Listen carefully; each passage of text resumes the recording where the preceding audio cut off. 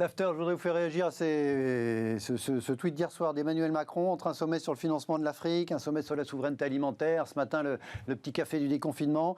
Il a trouvé le temps de faire un tweet sur rien à voir, même pas sur les médias, sur la télévision, pas sur TF1 M6, non, pour parler de France 4, pour dire que voilà, je souhaite qu'elle poursuive sa mission autour de 2 axes, jeunesse en journée, culture en soirée. En plus, il fait directeur des programmes pour prolonger le succès de l'expérience Culture Box. Il y a quand même qu'en France qu'on peut voir un chef de l'État qui, comme ça, entre 2 sommets majeurs, il décide de prolonger. Il y avait une loi qui décidait de... Voilà, il a le droit de changer d'avis, mais ça pourrait être la loi ou les députés, non? Un sentiment... Là.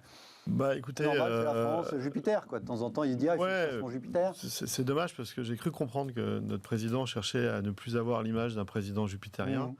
Bon, c'est pas ce genre de tweet qui va servir à ça. C'est pas un sujet énorme, mais bon, c'est quand même une chaîne de télé nationale. Finalement, il souhaite la garder, tant mieux pour les gens de cette chaîne. Parce que pour les gens qui la regardent aussi, d'ailleurs. Mais... Par contre, ça marche. J'ai jamais vu Culture Box, je vais aller faire un tour. Ouais. Voilà, c'est parce que j'en parle. On peut imaginer ça dans d'autres pays. C'est quand même assez français, quand même. Un président qui dit sur un tweet en 2, en 3 phrases, tiens, on va garder cette chaîne de télé. Chacun sa passion, je veux dire, chacun son truc. Allez, en Espagne, pour terminer, il y a un procès incroyable en Espagne en ce moment. Aujourd'hui, dans une cour de Madrid, un procès qui oppose M. Andrea Orcel. M. Andrea Orcel, c'est l'actuel patron de la banque italienne Unicredit. C'est un banquier européen connu. Il vient d'arriver chez Unicredit. Et il attaque en justice la banque espagnole Santander, représentée là, sur cette photo par Madame Ana Botín, qui est sa présidente, pour... finalement, elle l'avait embauché, puis finalement, elle a renoncé. Bon. Et sauf qu'il lui réclamait 100 millions pour ça. Alors, c'est pas un salarié standard, mais quand même, il lui réclamait 100 millions. Il a un petit peu revu ses prétentions à la baisse. Je crois que c'est plus de quarantaine de millions.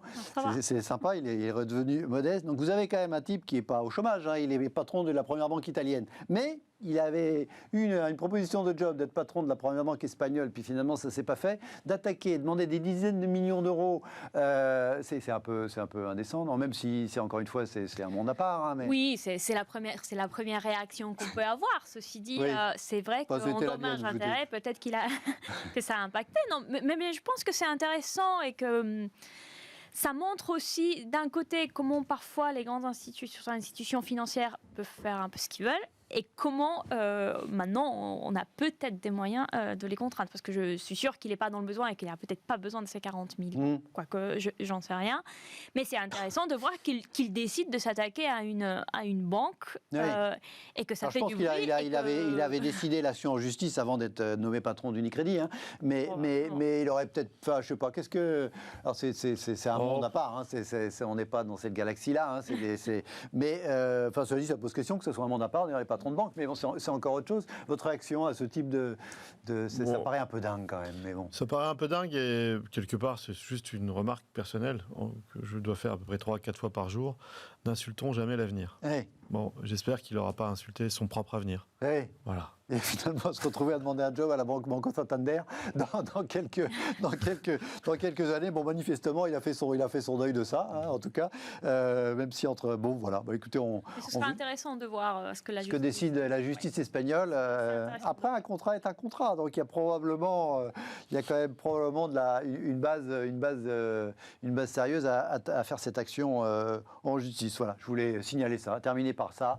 Voilà, on voit que tout le monde n'est pas dans le besoin. Tant mieux pour eux. Merci à tous les deux d'être venus ce soir sur Bismart. Merci à vous. On se retrouve demain à la même heure, 23h donc pour l'été Smart. À demain.